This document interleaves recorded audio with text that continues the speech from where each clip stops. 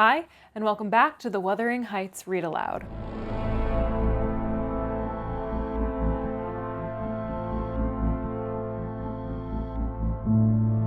Last week, we learned that Isabella ran away from Heathcliff and that Hindley has finally passed away after many years of being drunk and dealing with gambling issues and abuse in the Wuthering Heights household. We also learned that Isabella gave birth to a son named Linton Heathcliff, and Isabella passed away when the little boy was about 12 or 13 years old. Cathy's child is currently being raised by Nellie and Linton, or has been, I suppose. She's also named Cathy, so the whole naming convention is very exciting and very thrilling for me to try to explain what's going on. But that's where we are now. It feels like we're in a bit of a turning point in the book where we're going to go from the past to the present, and I'm kind of hopeful that that's what's going to happen. Many of the main characters have passed on or are no longer in relation with each other, so just in summation, who is still alive? We have Nellie, we have Mr. Lockwood, we have Heathcliff, we have Cathy Jr, and Hareton, and Linton Heathcliff, though I'm not certain we've met him yet. If we have, I don't remember because that was like 9 weeks ago that I read that chapter. So let's keep rocking. Chapter 18. The 12 years, continued Mrs. Dean, following that dismal period were the happiest of my life. My greatest troubles in their passage rose from our little lady's trifling illnesses, which she had to experience in common with all children, rich and poor. For the rest, after the first 6 months, she grew like a larch, and could walk and talk, too, in her own way, before the heath blossomed a second time over Mrs. Linton's dust. She was the most winning thing that ever brought sunshine into a desolate house, a real beauty in face, with the Earnshaw's handsome dark eyes, but the Lintons' fair skin and small features and yellow curling hair. Her spirit was high, though not rough, and qualified by a heart sensitive and lively to excess in its affections. That capacity for intense attachments reminded me of her mother. Still, she did not resemble her, for she could be soft and mild as a dove, and she had a gentle voice and pensive expression. Her anger was never furious, her love never fierce. It was deep and tender. However, it must be acknowledged, she had faults to foil her gifts. A propensity to be saucy was one, and a perverse will that indulged children invariably acquire, whether they be good-tempered or cross. If a servant chanced to vex her, it was always, "I shall tell Papa," and if he reproved her, even by a look, you would have thought it a heartbreaking business. I don't believe he ever did speak a harsh word to her. He took her education entirely on himself, and made it an amusement. Fortunately, curiosity and a quick intellect urged her into an apt scholar. She learnt rapidly and eagerly, and did honor to his teaching. Till she reached the age of 13, she had not once been beyond the range of the park by herself. Mr. Linton would take her with him a mile or so outside on rare occasions, but he trusted her to no one else. Gimmerton was an unsubstantial name in her ears, the chapel, the only building she had approached or entered except her own home. Wuthering Heights and Mr. Heathcliff did not exist for her. She was a perfect recluse, and apparently perfectly contented. Sometimes, indeed, while surveying the country from her nursery window, she would observe, "Ellen, how long will it be before I can walk to the top of those hills? I wonder what lies on the other side. Is it the sea?" "No, Miss Cathy," I would answer. "It is hills again, just like these."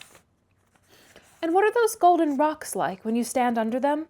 she once asked. The abrupt descent of Penistone Crags particularly attracted her notice, especially when the setting sun shone on it and the topmost heights, and the whole extent of landscape besides lay in shadow. I explained that they were bare masses of stone with hardly enough earth in their clefts to nourish a stunted tree. "And why are they bright so long after it is evening here?" she pursued. "Because they are a great deal higher up than we are," replied I. "You could not climb them, they are too high and steep. In winter the frost is always there before it comes to us, and deep into summer I have found snow under that black hollow on the northeast side." "Oh, you have been on them!" she cried gleefully. "Then I can go too, when I am a woman. Has Papa been, Ellen?" "Papa would tell you, miss," I answered hastily, "that they are not worth the trouble of visiting. The moors where you ramble with him are much nicer, and Thrushcross Park is the finest place in the world." "But I know the park, and I don't know those," she murmured to herself, "and I should delight to look round me from the brow of that tallest point. My little pony Minnie shall take me some time." One of the maids mentioning the fairy cave quite turned her head with a desire to fulfill this project. She teased Mr. Linton about it, and he promised she should have the journey when she got older. But Miss Catherine measured her age by months, and "Now am I old enough to go to Penistone Crags?" was the constant question in her mouth. The road thither wound close by Wuthering Heights. Edgar had not the heart to pass it, so she received as constantly the answer, "Not yet, love, not yet." I said Mrs. Heathcliff lived above a dozen years after quitting her husband. Her family were of a delicate constitution. She and Edgar both lacked the ruddy health that you will generally meet in these parts. What her last illness was, I am not certain. I conjecture they died of the same thing, a kind of fever, slow as its commencement, but incurable, and rapidly consuming life towards the close. Which kind of sounds like tuberculosis, or consumption, as they might say. So I guess what this is saying is that Edgar and Isabella both died of the same thing because they were not as hearty as most of the people of the moors. She wrote to inform her brother of the probable conclusion of a 4 months' indisposition under which she had suffered, and entreated him to come to her, if possible, for she had much to settle, and she wished to bid him adieu, and deliver Linton safely into his hands. Her hope was that Linton might be left with him, as he had been with her. His father, she would fain convince herself, had no desire to assume the burden of his maintenance or education. My master hesitated not a moment in complying with her request. Reluctant as he was to leave home at ordinary calls, he flew to answer this, commending Catherine to my peculiar vigilance in his absence, with reiterated orders that she must not wander out of the park, even under my escort. He did not calculate on her going unaccompanied.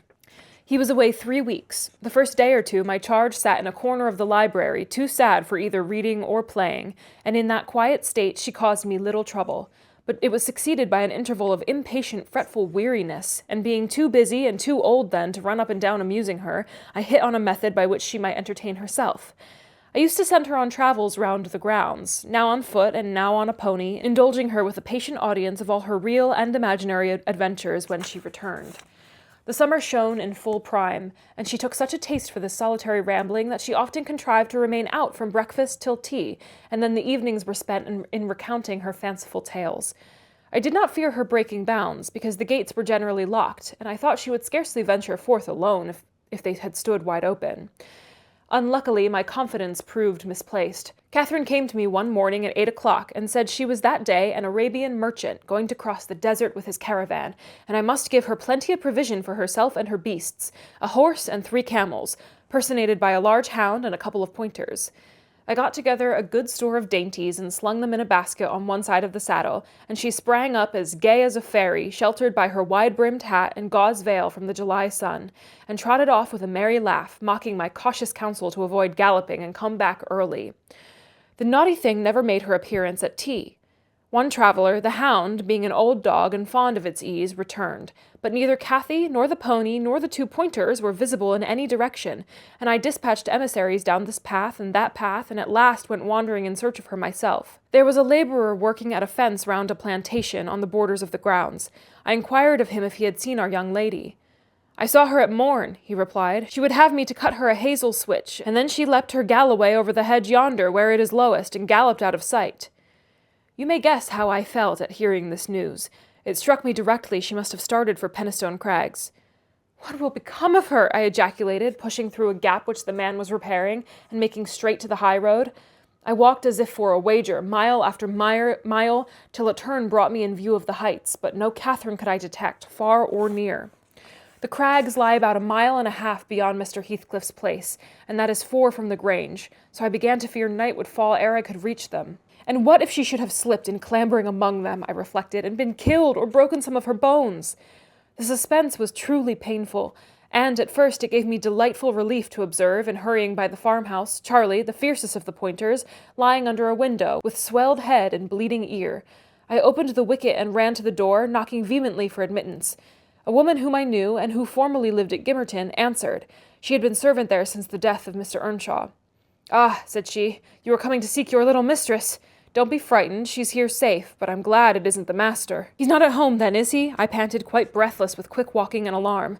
"No, no," she replied. "Both he and Joseph are off, and I think they won't return this hour or more. Step in and rest you a bit." I entered and beheld my stray lamb seated on the hearth, rocking herself in a little chair that had been her mother's when a child. Her hat was hung against the wall, and she seemed perfectly at home, laughing and chattering in the best spirits imaginable to Hareton, now a great strong lad of 18, who stared at her with considerable curiosity and astonishment, comprehending precious little of the fluent succession of remarks and questions which her tongue never ceased pouring forth. "Very well, miss," I exclaimed, concealing my joy under an angry countenance. "This is your last ride till Papa comes back. I'll not trust you over the threshold again, you naughty, naughty girl." "Ellen!" she cried gaily, jumping up and running to my side. "I shall have a pretty story to tell tonight. And so you found me out. Have you ever been here in your life before?" "Put that hat on and come home at once," said I. "I'm dreadfully grieved at you, Miss Cathy. You've done extremely wrong. It's no use pouting and crying. That won't repay the trouble I've had scouring the country after you. To think how Mr. Linton charged me to keep you in, and you stealing off so. It shows you are a cunning little fox, and nobody will put faith in you any more." "What have I done?" sobbed she, instantly checked. "Papa charged me nothing. He'll not scold me, Ellen. He's never cross like you." "Come, come," I repeated, "I'll tie the riband. Now let us have no petulance. Oh, for shame, you 13 years old, and such a baby." This exclamation was caused by her pushing the hat from her head and retreating to the chimney out of my reach. "Nay," said the servant, "don't be hard on the bonny lass, Mrs. Dean. We made her stop. She'd fain have ridden forwards, afeard you should be uneasy. But Hareton offered to go with her, and I thought he should. It's a wild road over the hills." Hareton, during the discussion, stood with his hands in his pockets, too awkward to speak, though he looked as if he did not relish my intrusion. "How long am I to wait?" I continued, disregarding the woman's interference. "It will be dark in 10 minutes. Where's the pony, Miss Cathy? And where is Phoenix? I shall leave you unless you be quick, so please yourself." "The pony is in the yard," she replied, "and Phoenix is shut in there. He's bitten, and so is Charlie. I was going to tell you all about it, but you are in a bad temper and don't deserve to hear." I picked up her hat and approached to reinstate it, but perceiving that the people of the house took her part, she commenced capering round the room, and on my giving chase, ran like a mouse over and under and behind the furniture, rendering it ridiculous for me to pursue. Hareton and the woman laughed, and she joined them, and waxed more impertinent still, till I cried, in great irritation, "Well, Miss Cathy, if you were aware whose house this is, you'd be glad enough to get out." "It's your father's, isn't it?" she said, turning to Hareton. "Nay," he replied, looking down and blushing bashfully. He could not stand a steady gaze from her eyes, though they were just his own. "Whose, then? Your master's?" she asked. He coloured deeper, with a different feeling, muttered an oath, and turned away. "Who is his master?" continued the tiresome girl, appealing to me. "He talked about our house and our folk. I thought he had been the owner's son. And he never said miss. He should have done, shouldn't he, if he's a servant?" Hareton grew black as a thundercloud at this childish speech. I silently shook my questioner, and at last succeeded in equipping her for departure. "Now get my horse," she said, addressing the unknown kinsman as she would one of the stable boys at the Grange, "and you may come with me. I want to see where the goblin hunter rises in the marsh, and to hear about the fairishes, as you call them. But make haste. What's the matter? Get my horse, I say." "I'll see thee damned before I be thy servant," growled the lad. "You'll see me what?" asked Catherine in surprise. "Damned, thou saucy witch," he replied. "There, Miss Cathy. You see you have got into pretty company," I interposed. "Nice words to be used to a young lady. Pray don't begin to dispute with him. Come, let us seek for Minnie ourselves and be gone." "But Ellen," cried she, staring fixed in astonishment, "how dare he speak so to me? Mustn't he be made to do as I ask him? You wicked creature, I shall tell Papa what you said. Now then." Hareton did not appear to feel this threat, so the tears sprung into her eyes with indignation. "You bring the pony," she exclaimed, turning to the woman, "and let my dog free this moment." "Softly, miss," answered the addressed. "You'll lose nothing by being civil. Though Mr. Hareton there be not the master's son, he's your cousin, and I was never hired to serve you." "He my cousin!" cried Cathy with a scornful laugh. "Yes, indeed," responded her reprover. "Oh, Ellen, don't let them say such things," she pursued in great trouble. "Papa is gone to fetch my cousin from London. My cousin is a gentleman's son. That's my—" She stopped and wept outright, upset at the bare notion of relationship with such a clown. "Hush, hush," I whispered. "People can have many cousins, and of all sorts, Miss Cathy, without being any the worse for it. Only they needn't keep their company if they be disagreeable and bad." He's not my cousin, Ellen," she went on, gathering fresh grief from the reflection and flinging herself into my arms for refuge from the idea. I was much vexed at her and the servant for their mutual revelations, having no doubt of Linton's approaching arrival, communicated by the former, being reported to Mr. Heathcliff, and feeling as confident that Catherine's first thought on her father's return would be to seek an explanation of the latter's assertion concerning her rude-bred kindred.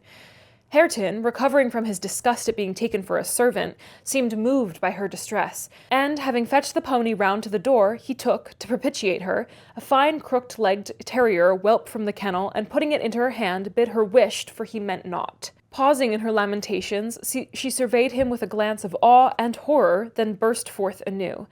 I could scarcely refrain from smiling at this antipathy to the poor fellow, who was a well-made, athletic youth, good-looking in features, and stout and healthy, but attired in garments befitting his daily occupations of working on the farm, and lounging among the moors after rabbits and game. Still, I thought I could detect in his physiognomy a mind owning better qualities than his father ever possessed. Good things lost amid a wilderness of weeds, to be sure, whose rankness far overtopped their neglected growth, yet notwithstanding evidence of a wealthy soil that might yield luxuriant crops under other and favourable circumstances. Mr. Heathcliff, I believed, had not treated him physically ill, thanks to his fearless nature, which offered no temptation to that course of oppression. It had none of the timid susceptibility that would have given zest to ill treatment, in Heathcliff's judgment. He appeared to have bent his malevolence on making him a brute. He was never taught to read or write, never rebuked for any bad habit which did not annoy his keeper, never led a single step towards virtue, or guarded by a single precept against vice. And from what I heard, Joseph contributed much to his deterioration by a narrow-minded partiality which prompted him to flatter and pet him as a boy, because he was the head of the old family. And as he had been in the habit of accusing Catherine Earnshaw and Heathcliff, when children, of putting the master past his patience, and compelling him to seek solace in drink by what he had termed their offald ways. So at present he laid the whole burden of Hareton's faults on the shoulders of the usurper of his property. If the lad swore, he wouldn't correct him, nor however culpably he behaved. It gave Joseph satisfaction, apparently, to watch him go to the worst lengths. He allowed that he was ruined, that his soul was abandoned to perdition, but then he reflected that Heathcliff must answer for it. Hareton's blood would be required at his hands, and there lay immense consolation in that thought. Joseph had instilled into him a pride of name and of his lineage. He would, had he dared, have fostered hate between him and the present owner of the heights, but his dread of that owner amounted to superstition, and he confined his feelings regarding him to muttered innuendos and private comminations. I don't pretend to be intimately acquainted with the mode of living customary in those days at Wuthering Heights. I only speak from hearsay, for I saw little.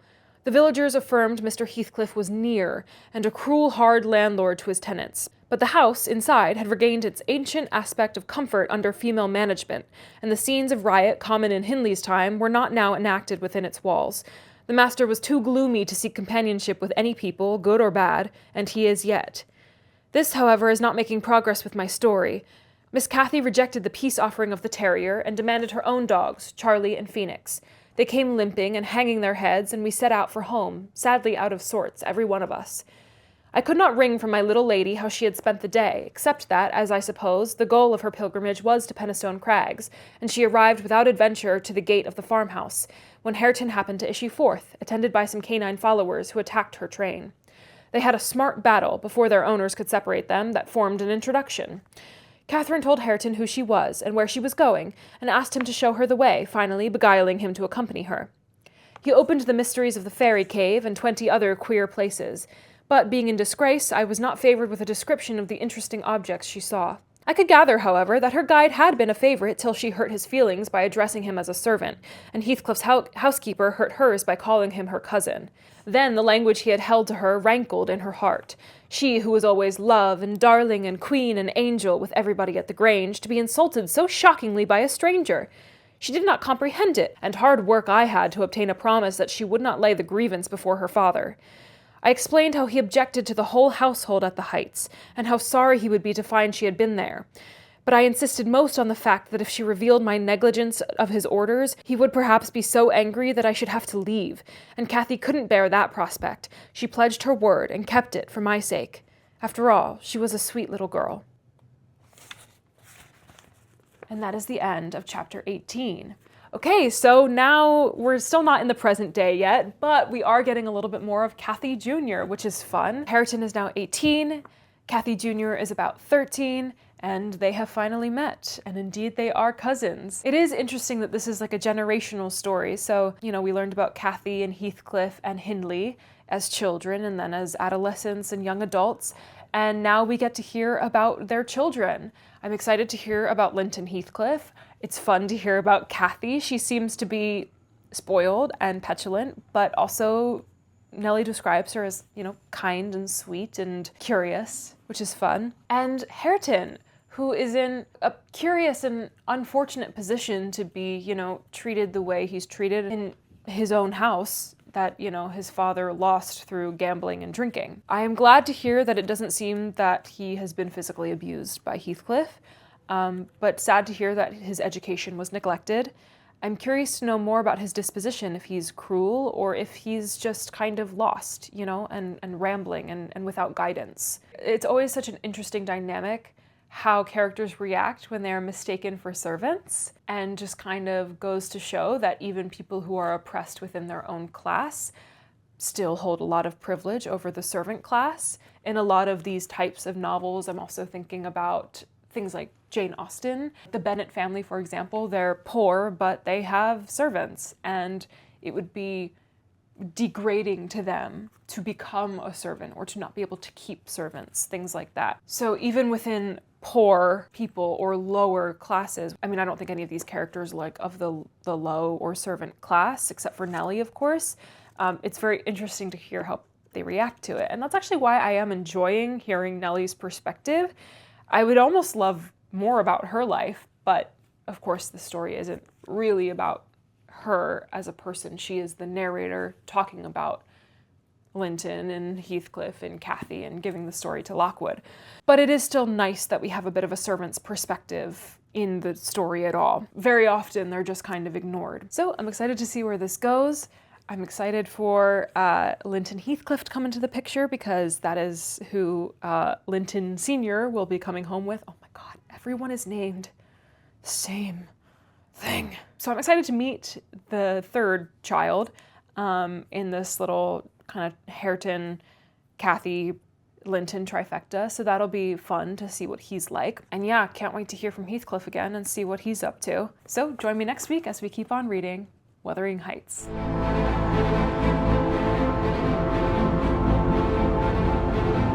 Thank you.